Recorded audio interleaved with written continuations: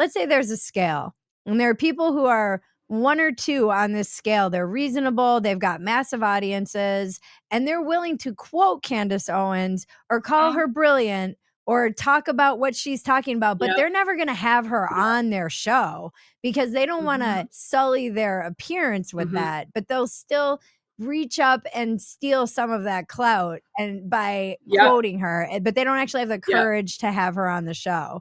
And there's so much of this going on where it's like you have wacky people saying crazy things, some that are based in some truth, some that have a kernel of truth that seem quite destructive to movements in general and are tearing apart the fabric of movements on both the left and the right.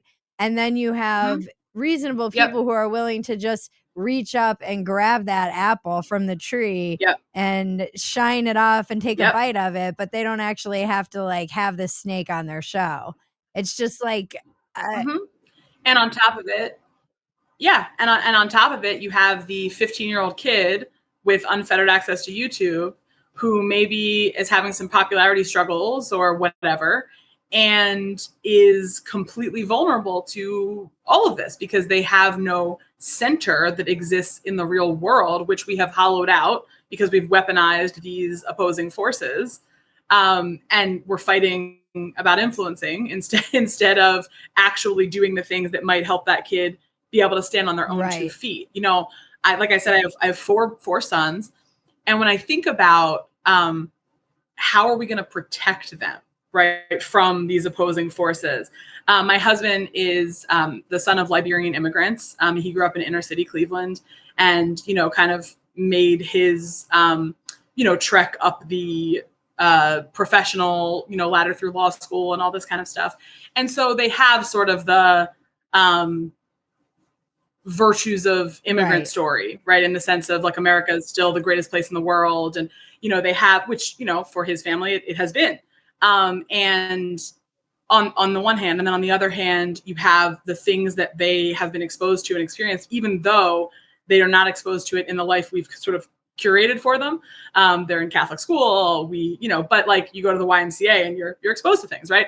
And so when we think about how are we going to, in some sense, inoculate them from these sorts of ways, and I don't know if you think about this with your daughter yet, I know she's pretty young, but the thing that really comes to mind is the way you inoculate them from the left is through the cultivation of their reason.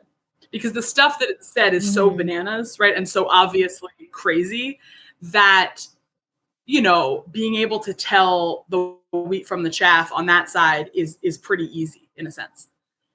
People who can do that, of course, will never make any progress on the left influencing or in politics or anything else. But like, if you can tell like, oh, this seems like a reasonable idea, we should have more unions.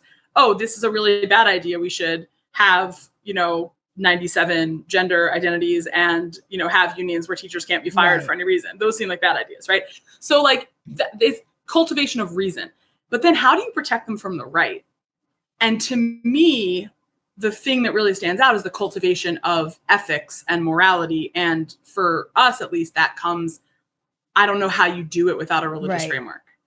And so I think this sort of like post-Christian pagan bro stuff is really attractive if everything you're handed in school is like obviously false, right? If the ideas about life that you're handed are hollow, right? And then you see, oh, well, this seems to have some truth to it. Well, that's really dangerous. And the way that at least we intend to protect our kids is, church and morality. And, that doesn't sound very Christ-like to me, right? There's a gentleness and a compassion that you want to cultivate without veering into the type of, quote unquote, toxic empathy. But at the same time, it is so, so important to cultivate that through a foundation of truth and intellectual seriousness. Because if you don't, I think it falls apart. And in a country where we are increasingly secular, I think it's falling apart for a lot of people.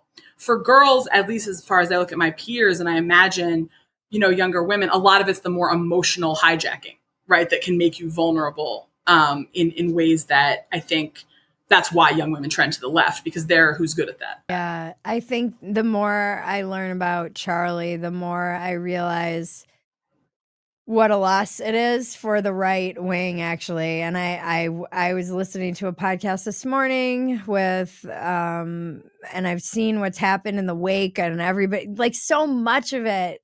And this is what the young people don't understand, and people who aren't in the industry understand, and people who don't have background access to a lot of what goes on, is just fighting for market share. Like, that's so much of what's happening. And it's positioned in the guise of like, we're the moral ones, we're the cool ones, and it's really just like jockeying for, audience and relevance. And it's so gross. It is so gross. And Charlie was truly, he had the intellectual and moral fortitude to navigate keeping these kind of two coalitions on the right that are really at war with each other right now. He had the ability to keep them together to some degree, and was able to navigate. He was a big enough person, um, to manage that, but I don't see anybody on the right who's able to do that. I don't. There is literally no one who can fill his shoes. There's no. It's gonna. The center won't hold on the right either. It's actually. I'm No, not optimistic no. about it. And Well, the go minute, on. yeah. No, I was going to say the minute you try to do that, right, if you weren't sort of grandfathered in through sort of an organic process, the minute you attempt to say, marriage is not feminization, it's good for men, and here's why, you're a sucker, right? If you're also saying the other things that are on the right.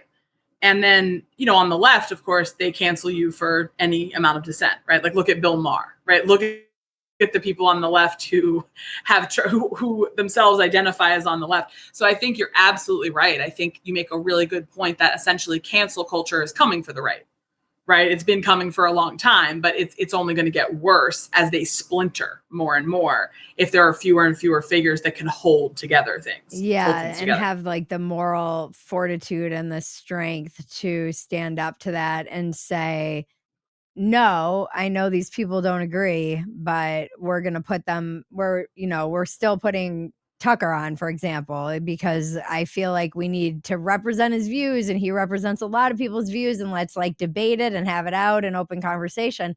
But now, in that absence of somebody like Charlie, what happens to people who oppose Tucker? Like what happens to them? Because Tucker's a much stronger force of personality and energy and audience. And so what happens to the smaller voices that might push back against this, or might want to debate it? Do they still Yeah. get stage time, or do they just get pushed out?